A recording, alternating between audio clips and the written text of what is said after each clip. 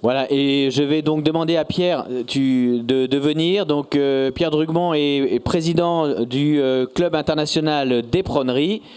Et donc je te laisse te mettre en place.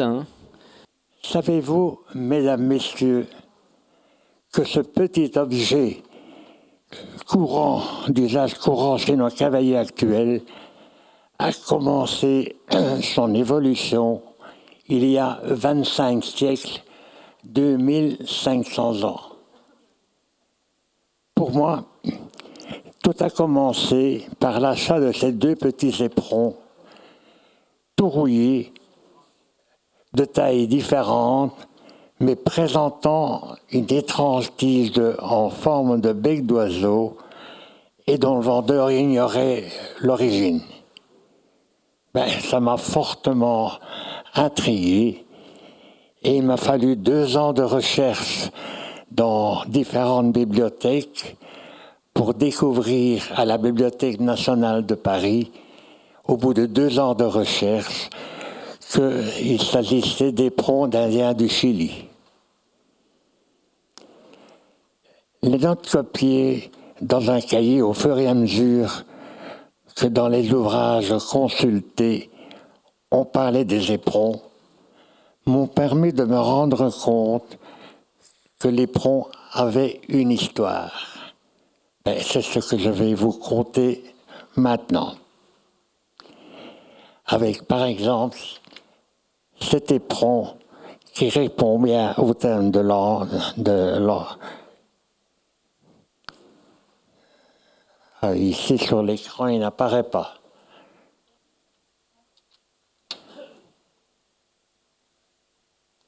Bref, ça revient même, vous l'avez certainement sur votre table écran. Il s'agit des éperons de Louis XIV en or et qui répondent bien vraiment à ce qu'on attend des éperons dans l'art. Les meilleures sources que nous pouvions avoir étaient celles de personnes vivant à cette époque et qui ont été témoins de l'utilisation de cet objet, c'est-à-dire les écrivains, les sculpteurs, les peintres et les photographes. Quand et où l'éperon est-il apparu? C'est sur les bords de la mer Noire que probablement vers le 5e siècle avant notre ère, qu'un peuple a entrepris de migrer. Une branche s'est orientée vers l'Asie et a continué à utiliser le fouet. L'autre branche s'est orientée vers l'Occident et c'est là que notre histoire commence. On peut imaginer un jour, on n'en connaît pas la date, mais elle doit se situer au 5e siècle avant Jésus-Christ, que quelqu'un imagina, par blague ou après réflexion, de glisser un bout de branche entre les lacets de la chaussure d'un de ses compagnons cavaliers, et devant l'efficacité nouvelle donnée à sa monture, on imagina en bois ou en os, matériaux que le temps a hélas effacés, mais l'éperon était né. Fort heureusement, d'autres éléments nous permettent de les imaginer. Théophraste, écrivain grec du IVe siècle avant Jésus-Christ, nous le cite dans ses caractères en décrivant le fanfaron qui se promène à pied sur l'agora avec son éperon fixé au pied. Il en est de même pour Asclépiade du IIIe siècle avant Jésus-Christ, qui parle d'une jeune fille qui portait un éperon d'or au pied. Polybios, IIe siècle avant Jésus-Christ, cite « Il mettait son éperon au pied et montait vite ». Et Diodore de Sicile, du 1er siècle avant Jésus-Christ, cite également l'éperon dans son ouvrage « La bibliothèque historique » en 40 volumes. La plus ancienne représentation d'un éperon nous est fournie par un vase à peinture rouge du peintre grec Polygnotos, qui vivait au milieu du 5e siècle avant notre ère. Nous en trouvons le dessin dans une communication de l'Académie de Bruxelles de 1887. Ce as représente le combat entre la reine des Amazones, Hippolyte, et un guerrier grec. Vous marquerez que l'Amazone porte un éperon en forme de losange au pied gauche et est fixé au niveau de la cheville. Ce vase se trouve maintenant au British Museum à Londres, vase qui, hélas, a été mutilé par un incompétent qui, voulant bien faire, a recouvert l'éperon de peinture noire, comme vous pouvez le voir sur cet agrandissement. Le fait de porter un éperon au pied gauche sera en usage jusqu'au 6e, 7e siècle, sauf exception. En voici d'autres exemples. Une statue d'Amazone qui se trouve au Vatican passe pour être une copie de celle de Phidias, qui vivait au 5e siècle avant notre ère et qui porte un éperon au pied gauche. Le Musée national d'archéologie d'Athènes expose une statue d'équestre en bronze d'un jeune cavalier daté du IIe siècle avant Jésus-Christ. Celui-ci a le pied droit nu, tandis que le gauche montre sans équivoque une talonnière et son éperon.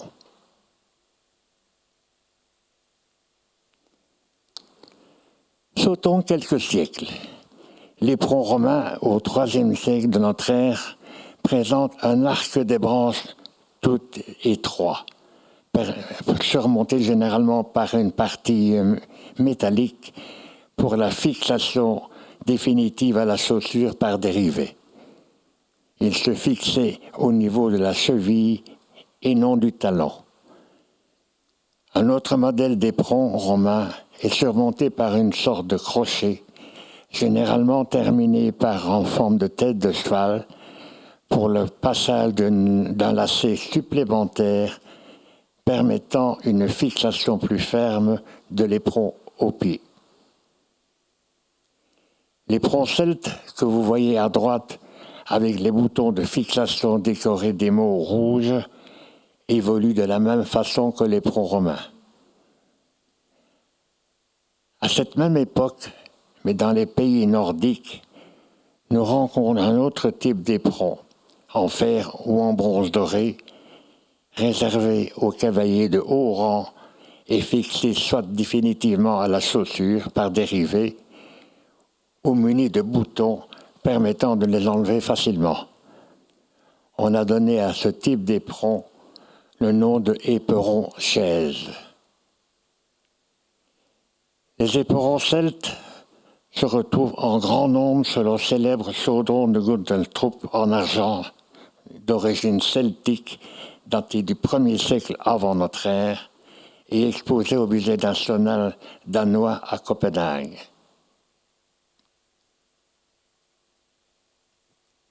Restons dans les pays nordiques, mais sautons quelques siècles pour se retrouver au 6e et 8e siècle, à l'époque des Vikings.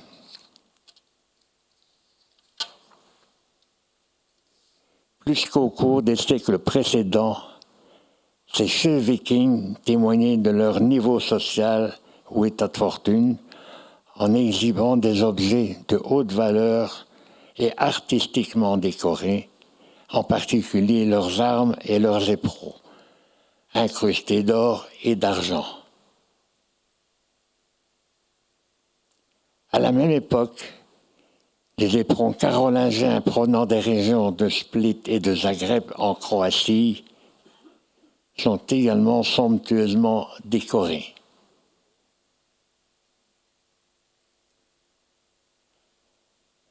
Arrêtons-nous au Moyen Âge, vers le XIe jusqu'au XIVe siècle, au cours duquel certains cavaliers acquièrent un prestige particulier. Ils sont faits chevaliers lors de la cérémonie d'adoubement, au cours de laquelle on leur remet les signes distinctifs de leur appartenance à cette catégorie sociale, l'éperon et pardon, je me suis trompé. L'épée et les éperons dorés qui sont les seuls à pouvoir porter et avoir ce privilège.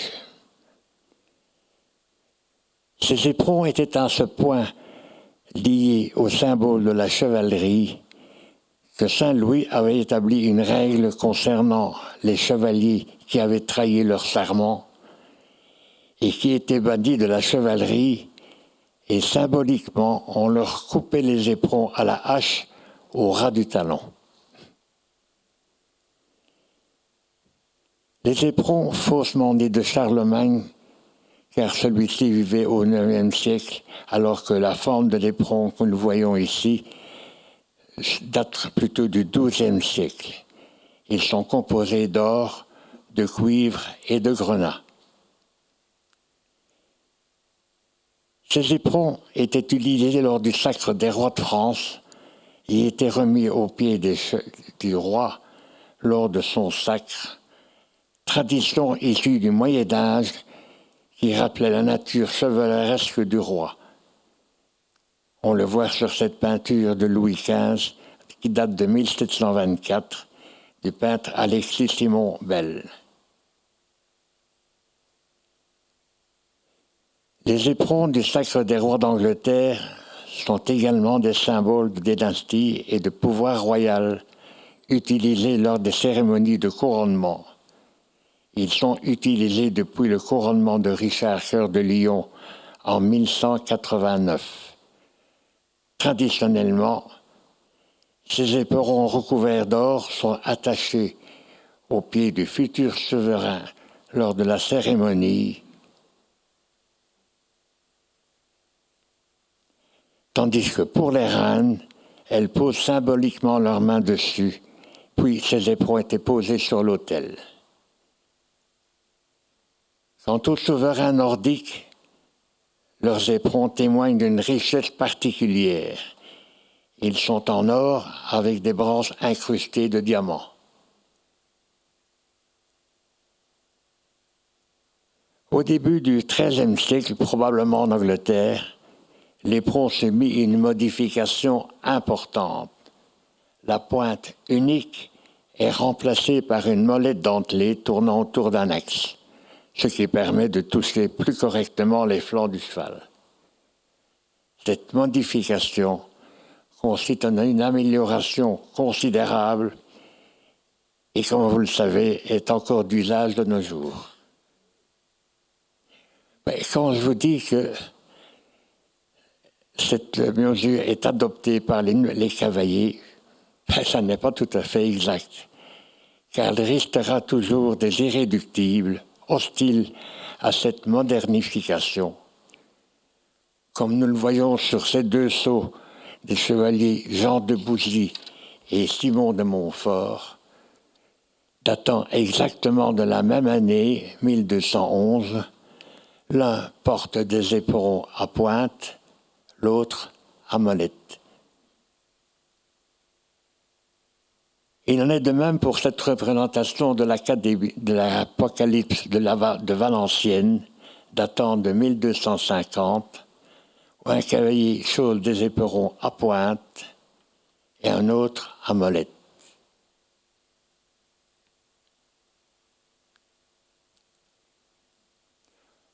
Autre importante modification au début du XVe siècle, le perfectionnement de la lance en fait la reine des batailles et l'adoption de l'armure dite maximilienne, dans laquelle le cavalier est totalement enfermé, l'oblige de garder les jambes tendues vers l'avant, au niveau des épaules de sa monture. Cette position des jambes impose d'allonger la tige des éperons, de façon à pouvoir toucher les flancs du cheval dans cette position. Certaines tiges prennent des longueurs considérables et je me souviens d'avoir vu dans les réserves du musée de l'armée à Paris des éperons dont la tige faisait plus de 30 centimètres. Dans d'autres pays où ces éperons sont utilisés, ils prennent un caractère local comme décoration, comme en Angleterre, en Allemagne, en Hongrie ou en Pologne. Ajoutons que pour mieux résister au choc de la lance de l'adversaire, le trousquin et le pommeau de la selle ont été rehaussés. Au moment de l'impact de la lance de l'adversaire, le chevalier s'appuie contre le trousquin, se penche vers l'avant et ramène ses jambes au niveau de la sangle de la selle en s'appuyant sur les étriers, comme le montre ce croquis, et en descendant ainsi son centre de gravité vers le bas pour mieux résister au choc. Cette longueur de tige n'était cependant pas très recommandable. Merlin de Cortebeuf écrivait à cette époque dans son traité des chevaliers errants: « De même ne portera en guerre les éperons plus longs que 4 et 5 doigts, afin qu'ils ne nuisent point pour combattre à pied. » Il était donc évident que ces éperons à longue tige, qui se rencontreront jusqu'au XVIe siècle, n'étaient utilisés qu'à la guerre ou en tournoi.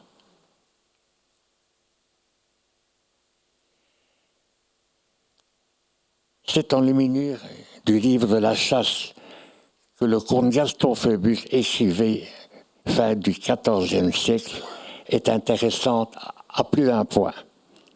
Tout d'abord, elle nous montre Gaston Phoebus à la chasse, suivi par un de ses serviteurs. Gaston Phoebus chose des éperons dorés comme sa qualité de chevalier le lui permet, tandis que son serviteur porte des éperons étamés et à cause plus courte. D'autre part, bien que non recouvert de son armure, le comte monte les jambes vers l'avant par habitude, alors que l'autre cavalier qui ne revêt jamais d'armure, probablement, plie les genoux comme les cavaliers le font actuellement. Nous changeons complètement de sujet avec ces deux peintures de l'adoration des mages que nous devons à Vincenzo Foppa et Gentile di Fabriano vers 1470. Qui voyons-nous? Bien sûr, si le thème principal est l'adoration des mages, un même détail se retrouve sur les deux tableaux. Un serviteur enlève les éperons à un roi mage. Pourquoi? Eh bien, à cette époque du Moyen-Âge, il était interdit aux chevaliers, bien que revêtus de leur armure et l'épée au côté, de pénétrer dans le cœur des églises avec leurs éperons aux pieds. Et les artistes de l'époque ont donc assimilé la crèche au cœur d'une église. Pourquoi cette distinction? Uniquement par mesure de sécurité, car de longs éperons aux pieds des chevaliers en prière risquaient de blesser les officiants qui se déplaçaient dans le cœur des églises pendant les offices, et on craignait avant tout les blessures qui pouvaient provoquer le tétanos, très redouté à l'époque et difficilement guérissable. Et si les chevaliers transgressaient à cette règle, les enfants de cœur avaient le droit de leur enlever, même par la force, et à la fin de l'office, si les chevaliers voulaient les récupérer, ils devaient leur racheter. Passons le XVIe siècle, qui nous intéresse moins pour notre sujet, mais arrêtons-nous au XVIIe siècle qui va connaître la grande époque pour les éperons. Sous le règne de Louis XIII en France et celui de Charles Ier en Angleterre, l'éperon va connaître une période faste et la mode va lui imposer le port d'éperon en toutes circonstances, même pour les non-cavaliers. En effet, la mode impose le port de hautes bottes à revers appelées ladrines, munies d'un haut talon. Et pour que la molette de cet éperon arrive au bon endroit pour éperonner le cheval, la seconde partie de la tige est orientée vers le bas.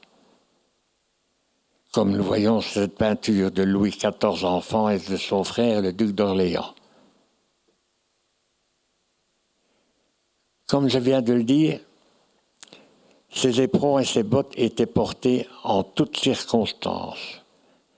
En voyant une image des ecclésiastiques chaussés de ladrines avec éperon sur cet agrandissement à droite pendant un office, nous voyons dans une taverne, même pour danser chez le roi Louis XIII, et deux autres illustrations de danseurs, au cours d'un repas, et même chez les artisans au travail, ils portaient des hautes bottes. Et les éperons sont souvent somptueusement décorés, dont voici quelques exemples recouverts d'or, des mots cloisonnés, en fer forgé bruni recouvert de feuilles d'argent ou incrustés d'argent. Nous voyons ici également ceux du roi Christian IV du Danemark et de Norvège, avec des éperons recouverts d'or et de diamants.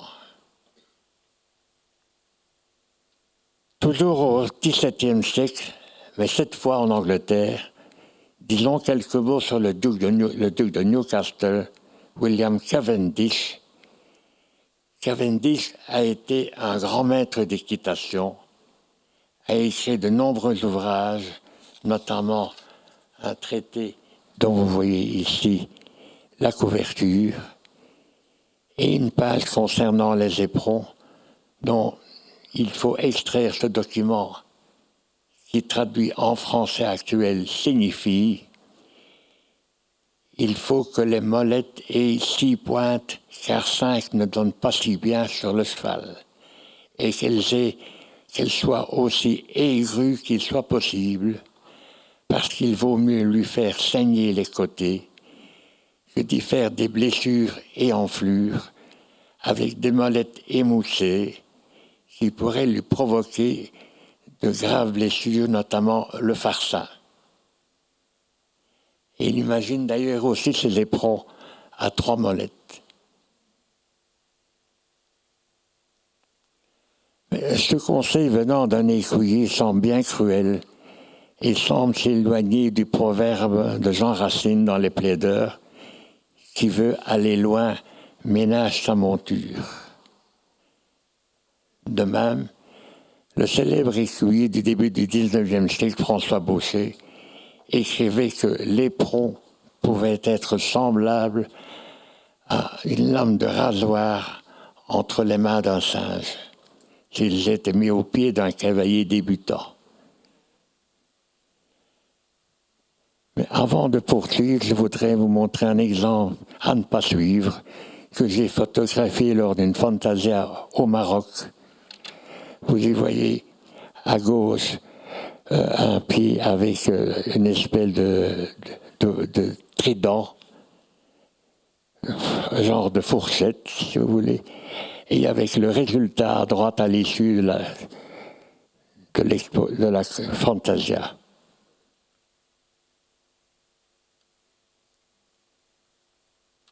Le XVIIIe siècle voit les éperons reprendre une forme avec la tige et les branches dans le même plan et moins luxueuses, mais se caractérise par une charnière à mi-branche. Ce modèle est cependant rejoint par l'apparition d'un éperon sans branche, qui se glissait à l'arrière de la chaussure et se vissait au contrefort. La description de ce modèle d'éperon est reprise dans l'encyclopédie de Diderot et d'Alembert, sous le nom d'éperon à la chartreuse. Ils ajoutent: ces éperons n'étant maintenus par aucune espèce d'attache, peuvent se perdre aisément, quelque force qui les écroule. Nous les laissons donc aux médecins, aux barbiers, aux curés de village et aux moines.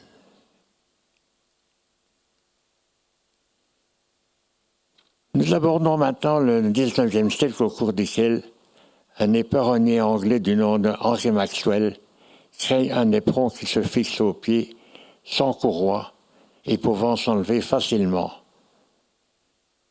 Il imagine de fixer une tige au milieu interne de l'arc des branches, qui vient se loger dans une petite boîte métallique munie d'un ressort, placé au préalable à l'intérieur du talon.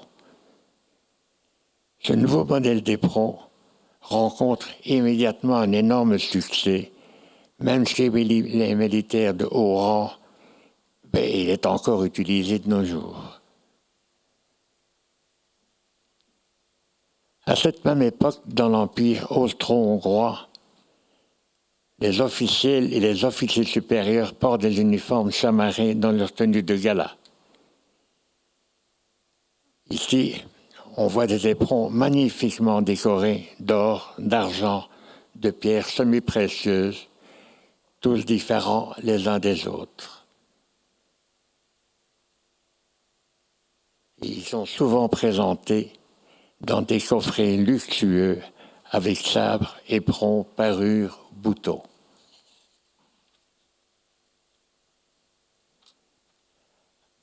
Avant de terminer mon exposé, un dernier modèle d'éperon sous ce XIXe siècle a remporté également un énorme succès parmi les officiers supérieurs d'un grand nombre de pays. La partie terminale des branches est remplacée par plusieurs rangs de chaînettes. Voilà. J'aurai encore beaucoup de choses à vous dire sur les éperons européens, ainsi que sur ceux que j'appelle les éperons exotiques. Mais comme le thème principal de ce colloque est l'art, je voudrais tout d'abord mettre en évidence ce magnifique travail en fer forgé des forgerons de l'Empire colonial espagnol des XVIIe et XVIIIe siècles. Tout d'abord, ces énormes étriers en forme de croix, en fer forgé ajouré, qui ont remporté un énorme succès parmi les cavaliers de l'époque, mais que l'Église a obligé de détruire, car pour eux c'était un blasphème de mettre son pied dans une croix. Ce qui fait que ces objets très rares dans les collections sont très rares dans les collections actuelles et forcément très chers dans le commerce. Et n'oublions pas ces somptueux éperons coloniaux espagnols des Xe et XVIIIe siècles, magnifiquement ajourés.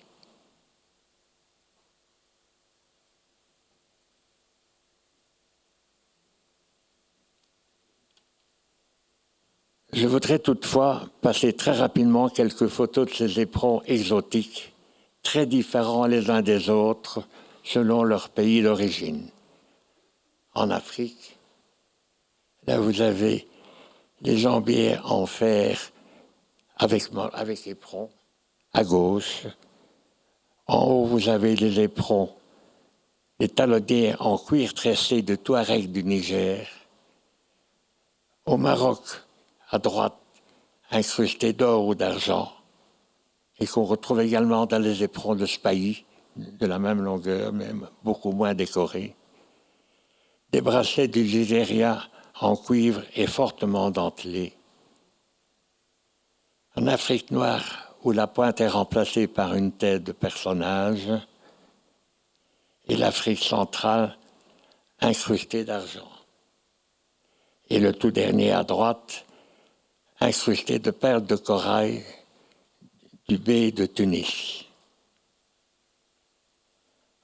En Amérique du Sud, vous avez des éperons au-dessus, à gauche du Pérou, à droite, en Uruguay, en or et argent, au Mexique, du Chihuahua.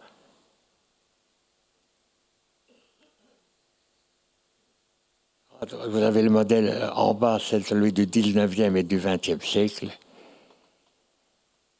En Argentine, vous avez ces énormes éperons de la région de Buenos Aires et celui de droite avec la molette entourée de petits disques appelés guardapolvo, ça veut dire protège poussière, de la région de Salta. En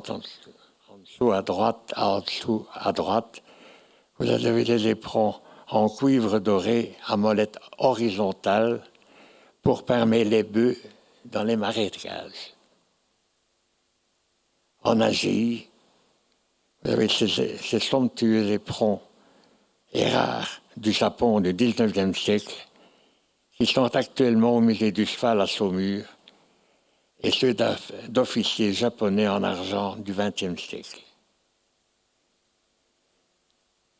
Mais je termine, mesdames, messieurs, par les États-Unis, où de très nombreux éperonniers ont créé leur propre modèle, mais je souhaite extraire pour leur imagination et leur notoriété auprès des cow-boys ceux de John McChesney, décoré d'une jambe de femme en argent et cuivre, qui se retrouve également sur les branches des morts.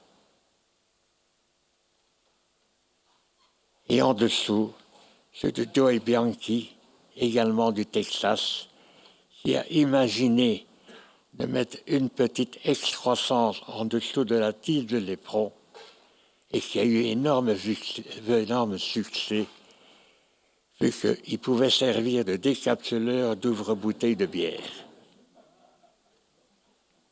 Je vous remercie de votre attention. Merci beaucoup Pierre pour cet exposé passionnant. Merci infiniment. Est-ce que tu veux rajouter quelque chose? Vas-y. Oui, mais contrairement aux autres présentateurs de conférences, moi je voudrais adresser mes remerciements maintenant en fin de mon exposé et remercier la Fédération française d'équitation et les organisateurs de ce colloque, dont mes amis Pascal Marie et Guillaume Henry. Et ça m'a permis un petit peu, en tant que représentant du Club international d'éperonnerie, de pouvoir en glisser quelques mots.